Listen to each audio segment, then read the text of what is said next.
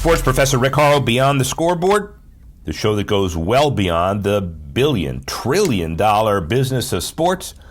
At its highest month, some say April, we all say October. It's an incredible month with all of the things that are going on with basketball and hockey and college football, talking about the playoffs and NFL Week 7, Week 8, international stuff, soccer. But, hey, Boston, the World Series, sorry Nationals fans and very sorry Orioles fans, but this is a huge time. Larry Lucchino, who basically molded the Orioles and the Padres and the Red Sox, will be our special guest. We'll put him up front early so you can hear him, but for all of you who want to hear all the stories, the top 15 of the week, look at NBCWashington.com, at Rick Horrow, HorrowSports.com. Also, the top 5 tech, top 5 philanthropy issues as well. They're all big. While you're at it, subscribe to us on Apple Podcast, Google Play, Audio Boom, Stitcher, iTunes, where the best content is sold. We've got it, and we've got it every week. We've got some interesting perspective this week, but before we get to Larry, the World Series is bigger than anybody might have thought. 100 years ago, 102, the Dodgers faced the Sox and their best pitcher, 20-year-old kid, Babe Ruth. Boston's Fenway Park had opened 4 years earlier. Today, it's the oldest active ballpark in Major League Baseball. In 1916, the Red Sox beat the Dodgers, ruining their first World Series appearance. And since then, of course, Babe Ruth left the Red Sox, and the Dodgers departed Brooklyn. 2018 World Series pitched the Dodgers at $3 billion, the second most valuable team in MLB, according to Forbes' annual valuation, against the $2.8 billion Red Sox, number 5 on Forbes' list. Fenway Park holds only about 38,000 fans, and Dodger Stadium packs in 56,000, baseball's biggest. And all of this history and data adds up to one thing: the most storied, eagerly anticipated World Series of the modern era. We've had series that basically have been anticipated that haven't been doing well, and vice versa. So hopefully this World Series clearly lives up to its hype. In the boardroom on baseball, the future of the Los Angeles Angels remains up in the air after the club opted out of its lease at Angel Stadium with the city of Anaheim.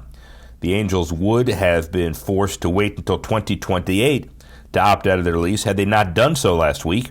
In exercising the opt-out clause, the team has the option to leave Angel Stadium following 2019, though the currently has no other stadium option. And the Angels' contract with Major League Baseball gives them the right to play in Orange, L.A., and Ventura counties, though they cannot move out of the state. And since owner Artie Moreno bought the team back in 2003, the team has spent more than $50 million on renovations to Angel Stadium, but the venue expected to need more than $150 in improvements over the next 20 years to keep it up to date with other stadiums around the league. And this is a long-term decision for the franchise and Moreno. And with no other viable options now in hand, look for the Angels to continue to swing bats in Anaheim in 2020 and beyond. But this is clearly a play to talk about public-private partnership for the $150 million in long-term renovations. Before we leave baseball, here's a sobering note and a positive one. Capitol Hill Congressional Baseball finds ways to give back after last year's shooting. And after a gunman opened fire on a Republican team practice in June 2017, a record number of fans attended the next 2 Capitol Hill baseball games. Roll call says more than 17,000 tickets were sold this year. In fact, the congressional baseball game has become so popular, the league had to find new avenues to donate the incoming money. With its media attention, the Congressional Sports for Charity had a banner year and raised $700,000.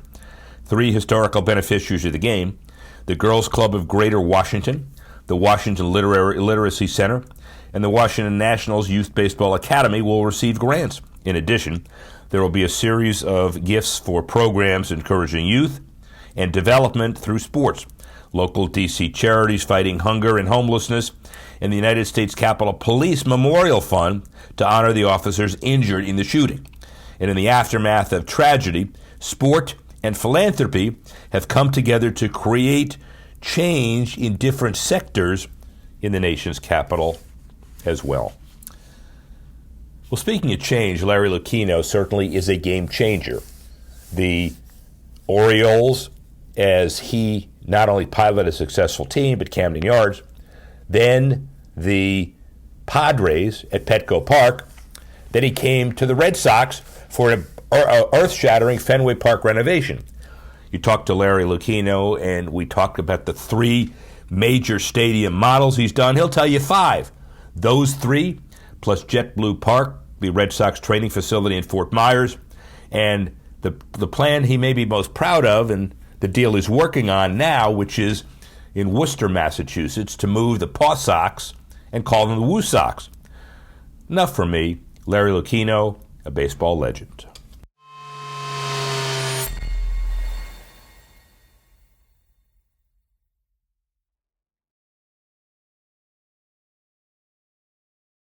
That you're not going to see me because I've already started talking about some of this stuff with you before. As you know, I was over at the Kennedy School, or the John F. Kennedy Library, talking about 2 iconic teams. The John Kennedy political team, who celebrated the 100th anniversary on Earth last year, and the Boston Red Sox. And the only way you can do it is compare them track to track and what they have done.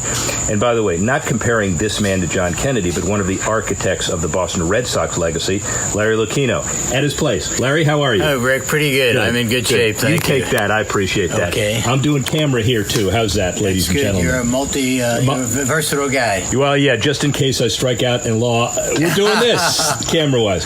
So, first of all, congratulations. It's now the Worcester Red Sox, the Wo Sox? What's the deal? We haven't really focused on the name specifically, but Woo Sox seems to be one of the early favorites. But whether the team will be known formally as the Worcester Red Sox, as the team was known as the Pawtucket Red Sox, and then we'll need a nickname to go from there. But we're eager to buckle up and get into this new process. Well, and for you, as far as buckling up, you've buckled up and got into the stadium process 5 times. It's the Orioles in Camden Yards. It's San Diego. It's the Red Sox. Then you got the JetBlue Park in the middle of it, and then the Paw Sox. So I think we talked about it earlier, the only human being in captivity who've ever done 5 of these. Congratulations, maybe. I haven't kept track of that, but I wouldn't be surprised. I know that my cohort in crime here is going to be Janet Marie Smith. Yeah. Janet's done quite a few in her time, so you put the 2 of us together, and you're probably up around 9 or 10. Well, and she gets to do the Dodgers and the Nationals in the meantime, and you just consent. You trained her, right? So she's got 2 more. No, I'm not aware of the Nationals aspect of it. Oh, well, didn't she do some of the Nationals with Stan Kasten, or is that not correct? No, Maybe I don't think not. so. I think she did. She certainly has worked for Stan before in the Braves, at the Braves. That may be, yeah. Okay, I'm confused. You know, Alzheimer's, you're confusing some of the old people. Nonsense. You're never confused. No, but the bottom line of all of this, by the way, ladies and gentlemen, you see Larry at his place. He is rested, he's comfortable, he's mellow, but he used to be 6'4", about 230, with strapping black hair. Look at him now, ladies and gentlemen. Look at him now. Beat up and worn out, but the process is worth it. I must say, it's the hardest thing I've ever done in baseball. I've been in baseball for, this will be, next year will be my 40th year. Actually, next year will be my 40th anniversary. I've been in baseball for 39 years, and since August 2nd, 1979. And that by far the hardest things I've ever been engaged in baseball have been the ballpark building efforts that we've done either in Baltimore or San Diego. Or everywhere. What do you think the hardest part is? That everybody knows everything? It's the high visibility? Everybody is an expert on green seats, red seats, blue seats? Well, I think it's a little bit of that. It's you are designing what is perceived as the community's asset, and often is technically the community's asset. And so your job is to reach out to various constituencies and make sure that they are satisfied, because we all feel like it's our ballpark, and we all feel like we have useful opinions in the process. And the reason I think we've been relatively successful is because we've listened to so many constituencies, and it's hard to sit down and listen to everyone with their ideas and their particularly their views of how their part of the experience should go and should be constructed. Acquired taste. You got to understand what you're doing, and you have to have some expertise based on prior successes and maybe prior failures. If you look at one of these stadium processes as one individual process, you're going to fail a few times before you finally get it done. Nobody remembers the failure. They just remember the building. Well, that's true. And we learn from our failures and our mistakes as well along the way. But we've had good luck because our ballparks have been things that we liked as baseball fans, first and foremost, but they've also been things that have been win-win propositions for the city, the state, the county, whatever has been involved with us. And that's a real point of pride, too. This is not just make the ballpark solid and sustainable and the team sustainable, but also do something using it as an urban planning device, using it as a catalyst for redevelopment. It really does work those ways in the right context. Not every ballpark is designed the right way. It's put in the right place for these kinds of significant collateral benefits, but they are there. There is a Walsh tree, there's a Holmgren tree, there's a Lucchino tree. You've got a pretty significant, you got Sam Kennedy, you've got Theo. You ought to be proud of all. The Red Sox are playing really well. The Cubs have played well. Somebody said they were about to win a World Series, or they did a couple years ago. But these are all disciples. I mean, how does that make you feel? Well, it makes me feel very good, actually, because it's... the job of a CEO in any industry, and particularly in the baseball or sports business, is to hire the right people. We looked at a couple of different pools for applicants. We didn't just go to the standard of places where baseball executives came from.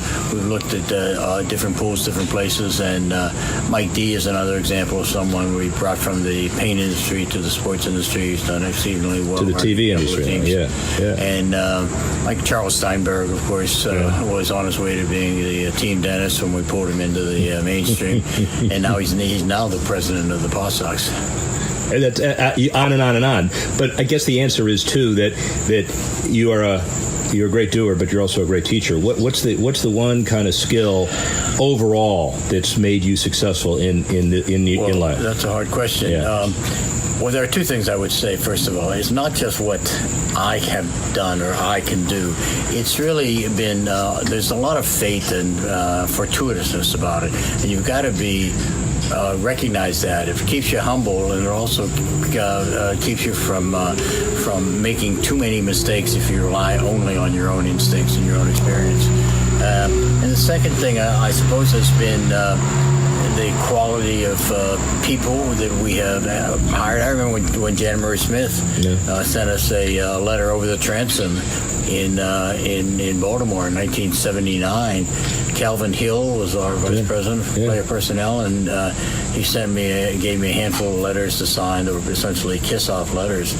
And I looked at them, and I looked through them, and I saw Janet's. And I said, Calvin, here's a woman who's got a degree in architecture. She's got another degree in urban planning. She's done big city redevelopment kinds of projects. I am drowning here in Camden Yards. Why don't we bring her in for an interview and at least talk to her?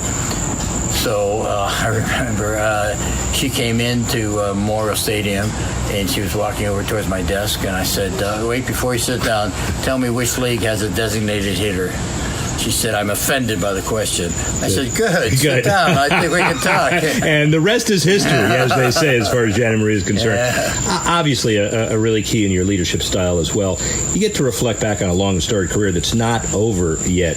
I could ask you which process was the most fun for you, building the Padres, the Orioles, the Red Sox. I'm tempted not to ask it, but I'm gonna. Okay. Well, they're all different flavors of ice cream. Yeah. They were all good in their own way, and they all had their issues as well. But some of the greatest elements of satisfaction, just off the top of my head, would have to come from Camden Yards in Baltimore, the first place where Edward Penn Williams, who was the team owner, gave me the chance to negotiate and design that ballpark. Enormous satisfaction, of course, with the Red Sox. This is Mecca up here for a baseball executive, and the 3 championships in a decade, and the preservation and improvement of Fenway Park, and the expansion of the Red Sox in the community.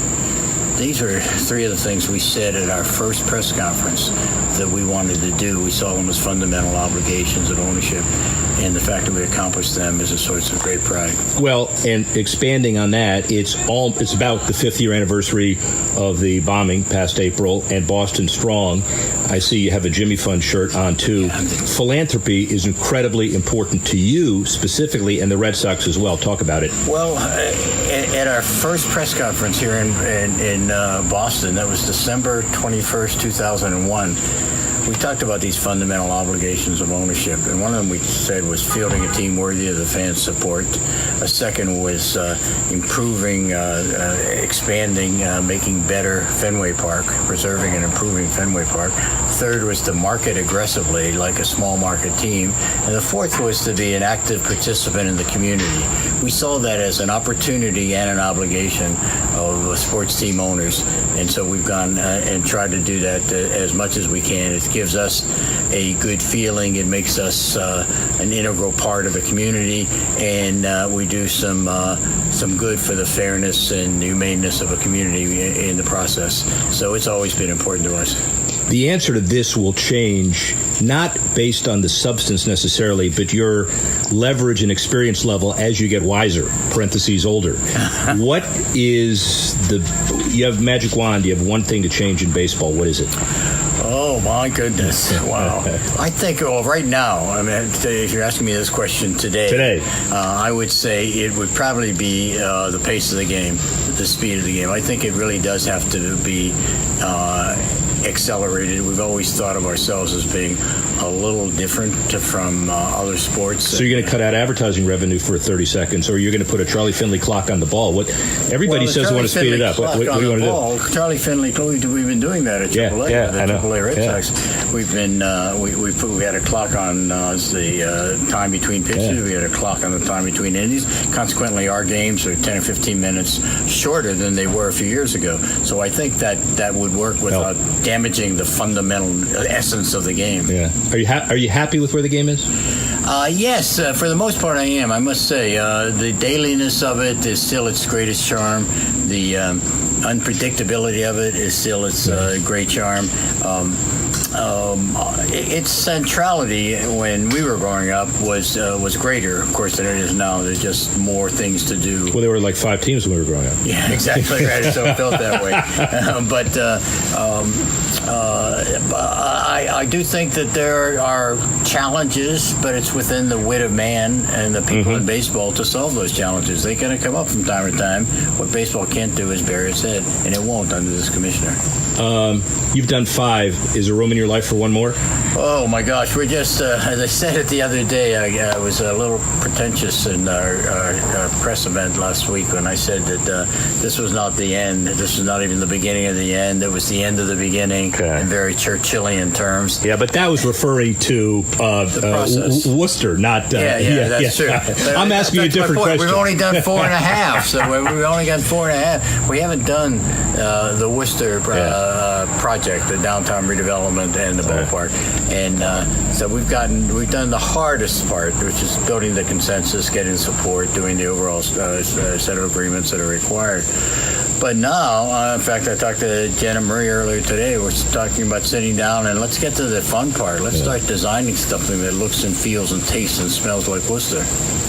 Sounds like it's hurry up and wait, and we're ready for the next one after this. No, you didn't say that. No, you didn't say it. Fortunately, my wife isn't here to hear you. I was going to say that. And by the way, he didn't say it. That's good. I will say this. First of all, love you, my mentor for so many years. And I just want to give people a head to toe. It used to be he'd come in a suit and everybody was really important. Look at that, ladies and gentlemen. Larry Lucchino, Rick Horrow, speak with you soon. On a summer Friday. Yeah, thank you, on a summer Friday.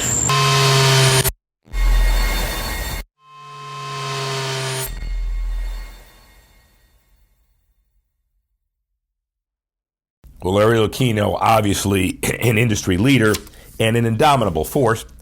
And let's talk football. This week, a release continuing the dialogue around CTE, brainwashed by former NFL running back Merrill Hodge. When post-concussion syndrome forced Hodge into early retirement in 1994, research on football-related head injuries was not a priority. And at the time, football was heavily influenced by tough guy culture, and little was known about concussions and their potentially dangerous effects. Then the tragic death of Hodge's teammate Mike Webster in 2002 launched a wave of fear after an autopsy determined he suffered from an obscure brain disease. Now we know it as CTE. Concern over player safety soon became a discussion about football at every level, with one scientist even declaring youth football child abuse. In Brainwashed, Hodge and board-certified forensic neuropathologist Dr. Peter Cummings addressed some of the common perceptions surrounding the disease, examining significant flaws in the often cited studies and exposing some of the sensationalistic reporting that colors today's CTE dialogue. Brainwashed attempts to provide a balanced dialogue around the disease that's creating serious questions about America's favorite sport and adds valuable perspective to the "is football too dangerous" conversation. A big issue, a big release week. Another big thing happening in the NFL is the untimely death of Paul Allen. The Seahawks owner, as well as the Trailblazers, passed away October 15 at age 65 from complications of non-Hodgkin's lymphoma. The Seattle Times said, with no spouse or children to take control of the two franchises, questions beginning to emerge regarding the future of the two Pacific Northwest clubs. Many speculate that Allen's sister, first and goal vice chair Jody Allen, could take charge of the teams, and it remains unclear whether or not she has an interest in running the daily operations of the Seahawks and or the Blazers. The Blazers' vice chair would likely have interest in ownership of the NBA team, however. Blazers president and CEO Chris McGowan, who serves as the team's alternate governor, will continue to represent the Blazers at all ownership meetings following Allen's death. And considered a progressive sports franchise owner, Allen brought a Super Bowl championship to Seattle in 2014 and got the Blazers to the NBA Finals twice during his tenure. He absolutely, most certainly, will be missed. And as the NFL settles into London for its ever-growing international series, different timing news comes from across London town. This week, NFL Network films its Good Morning Football studio show in London for 6 straight days, leading up to the Eagles-Jaguars game at Wembley. Last week, the All England Tennis Club and Wimbledon organizers announced the tournament would adopt final set tiebreakers for all matches in 19 if the score is tied at 12-12. Joining the U.S. Open as the only events of tennis 4 Grand Slams to implement any sort of tiebreaker in the final set. As the New York Times noted, French Open and Wimbledon Open don't in the Australian Open, do not have a tiebreaker in the final set. And Sports Illustrated said this is the latest in a long string of welcome innovations by Wimbledon, which has done a masterful job in reshaping and modernizing its image. Now, the NFL takes a look at adding more games to London's roster as far as the NFL is concerned. Finally, from the NFL perspective, advertising numbers for the opening weekend were recently released by the News. All good for the league. Week 1 generated more than $280 million worth of advertising spend for the NFL, Toyota, General Motors, and Verizon as the biggest spenders. The $280 million number comes as a 22% rise from the 2017 number.